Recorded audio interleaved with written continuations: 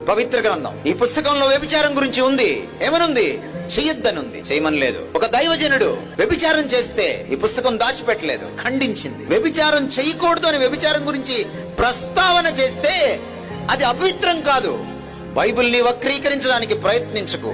ఈ పుస్తకంలో ఒకవేళ వ్యభిచారం గురించిన సంఘటనలుంటే అది మానవ మాతృలైన వాళ్ళు చేశారు. అది లోతు కానీ, అది దావీదు కానీ, దాన్ని దేవుడు ఖండించాడు.